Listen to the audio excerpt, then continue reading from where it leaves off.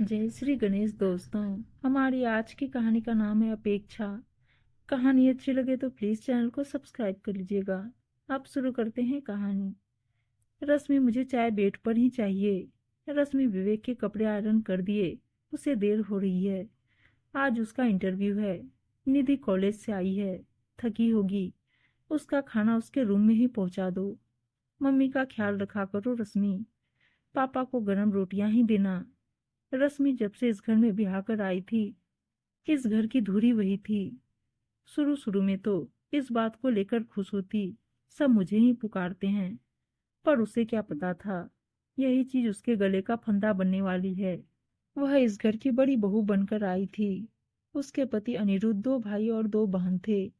एक देवर विवेक और एक ननद निधि अनिरुद्ध से छोटे थे, जबकि अनिरुद्ध से बड़ी दीदी की शादी हो गई थी। रश्मि और अनिरुद्ध की अरेंज मैरिज थी। अनिरुद्ध गंभीर व्यक्तित्व के आदमी थे। उनके लिए उनका परिवार ही सब कुछ था। शादी के पहली रात ही रश्मि को एक बड़ा लेक्चर सुना दिए।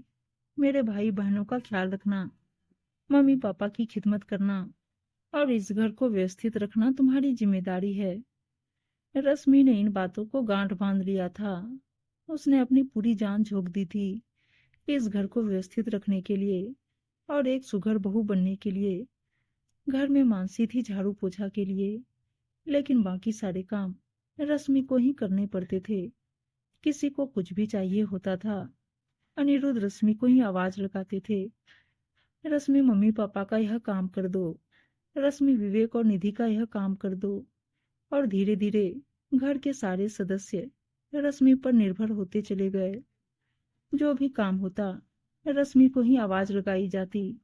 शुरू शुरू में तो रश्मि को सबका काम करना अच्छा लगता था, लेकिन जब बच्चे हो गए तो उसकी जिम्मेदारी बढ़ गई और फिर रश्मि जिम्मेदारियों में बनती चली गई।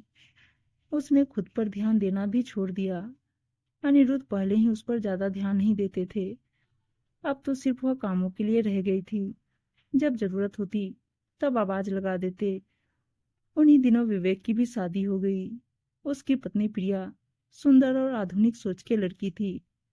वह सबका सम्मान तो करती थी, पर अपनी प्राइवेसी में किसी का हस्तक्षेप बर्दाश्त नहीं करती थी। शुरू से वह पढ़ाई के लिए हॉस्टल में रही थी। उसे अपने सारे काम खुद करने की आदत थी, लेकिन उसे यहाँ एक अलग ही माहौल मिला। घर के सारे सदस्य हर छोटी से छोटी बातों के लिए रश्मि भाभी को ही आवाज लगाते थे। लेकिन उसकी शादी नई नई थी, इसलिए उसने इन बातों पर ध्यान नहीं दिया। अभी तक आए दिन पार्टियां होती थी, या फिर कभी वह और विवेक डिनर के लिए रेस्टोरेंट चले जाते थे, या फिर कहीं घूमने निकल जाते। इस बात को रश्मि ने महसूस किया, क्योंकि वह शुरू दिनों में अभी भी कभी उसे और अनिरुद्ध को बाहर जाना होता तो साथ में निधि या विवेक जरूर होते थे। शुरू से ही उसके घर में एक नियम था कि जब सब घर होते तो साथ खाना खाते थे। लेकिन प्रिया कभी कभी अपना नाश्ता अपने रूम में लेकर चली जाती थी। वह और विवेक साथ में टाइम स्पेंड करते थे। इस बात से रश्मि थोड़ा चिड़चिड़ी होने लगी थी। उसने अनिरुद्ध से इस बात का जिक्र किया। अनिरुद्ध गुस्से में आ गए और कहा, तुम घर तोड़ना चाहती हो हमारा। उनके इस बात पर रश्मि चुप हो गई और फिर कुछ नहीं कहा।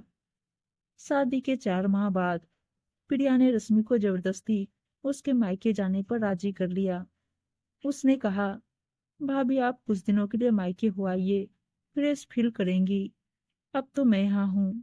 वह जानती थी रश्मि को बहुत दिनों बाद मायके जाना होता था। रश्मि मायके चली गई थी। करीब 1 महीने रही। इस बीच अनुरोध को काफी चीजें महसूस हुई। कभी उसके कपड़े गंदे रहते तो कभी टाइम पर चाय नहीं मिलती। उसने देखा निधि किचन के कामों में हाथ बटाने लगी है। मम्मी पापा अपनी दवाएं खुद लेने लगे हैं। 1 महीने बाद रश्मि वापस आ गई। फिर वही रूटीन हो गया। अनिरुद्ध इस बात को महसूस करते थे कि वह जब भी आते किचन में रश्मि ही होती थी। प्रिया और विवेक एक दूसरे के साथ बातों में लगे रहते। ऐसे ही एक दिन शाम में सब साथ बैठे थे। रश्मि सबके लिए चाय बना रही थी। तभी प्रिया अपने रूम से बाहर आई और आवाज लगाई, रश्मि भाभी, मेरी चाय मेरे रूम में ही दे दीजिएगा। यह देखकर अनिरुद्ध भड़क गए और बोले, यह क्या तरीका है प्रिया? रश्मि तुमसे बड़ी है, तुम्हें उसका हेल्प करना चाहिए, उल्टा तुम उससे ही अपना काम करा रही हो। यह सुनकर प्रिया मुस्कुरा उठी और कहा, भैया यही तो मैं आपको जताना चाहती थी। रश्मि भाभी अपना घर बार छोड़कर आपके आश्रय पर इस घर में आई हैं। आपने उन्हें अपना साथी बनाने के बजाय उन्हें इस घर का नौकर बना दिया। एक पत्नी अपने पति के सहारे ससुराल में अपनी जगह बनाती है, लेकिन जब उसका पति ही उसके साथ नौकरों सा व्यवहार करे तो सारे उसके साथ वैसा ही व्यवहार करने लगते हैं। जो छोटे छोटे काम आप सभी खुद कर सकते हैं, उसे भी रश्मि भाभी के ही जिम्मे लगा दिया। अपनी पत्नी को घर में लाकर उसे खाना कपड़ा दे देना ही बड़ी बात नहीं होती है। अपनी पत्नी को उस घर में प्रेम और सम्मान दिलाना बड़ी बात होती है, और यह प्रेम और सम्मान पति के सहारे ही पत्नी बना पाती है। जब खुद पति अपनी पत्नी के लिए स्टैंड नहीं लेगा, जब पति खुद उसे मान सम्मान नहीं देगा, तो वो किसी और से क्या अपेक्षा करेगी, दूसरों से क्या उम्मीद की जा सकती है। माफ कीजिएगा भैया, मेरा मकसद भाभी को नीचा दिखाना या आपको दुख पहुंचाना नहीं था। बस मैं इस बात का एहसास आपको कराना चाहती थी कि भाभी को आपके प्यार और सहयोग की जरूरत है। आज भाभी भी अपने लिए, मेरी तरह अपने लिए बोल सकती थी, अगर आपने उन्हें वह मान दिया होता जो मुझे विवेक ने दिया है। प्रिया को बोलते देख रश्मि मुस्कुरा दी।